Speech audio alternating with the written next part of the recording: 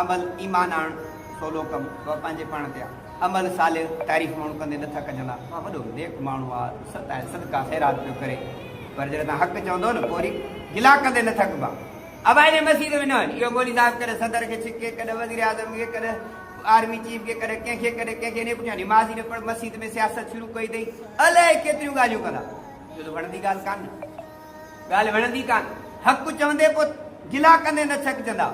निमाज़ पढ़ रोज़ो रख ईमान आण तारीफ़ कंदे न थकंदा ॾाढो मोमिन माण्हू आहे निमाज़ पढ़ियो रोज़ो रखियो वेठो आहे ज़िक्र ॿिए कंहिंजे न 2 में न 3 में पर जॾहिं हक़ चवणु शुरू कंदे हाणे तुंहिंजी गिला कंदे न थकजंदा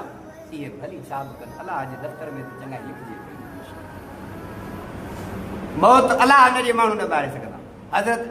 जाबिर रज़ी अलाह ताला खां रिवायत आहे रसूलुल्लाह सल्लल्लाहु अलैहि वसल्लम फरमाए थो रसूलुल्लाह फरमायो अलाह जे जिब्राइल अमीन खे चयो फलाणी बस्तीअ खे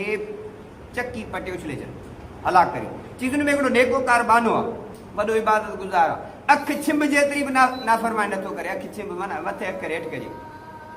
अलाह फरमाए इन खे बि हिन बस्ती में तबाह करे छो जे अलाह ऐं अलाह जे रसूल जी नाफ़रमानी थींदी रही ज़ुल्म ज़्यादतियूं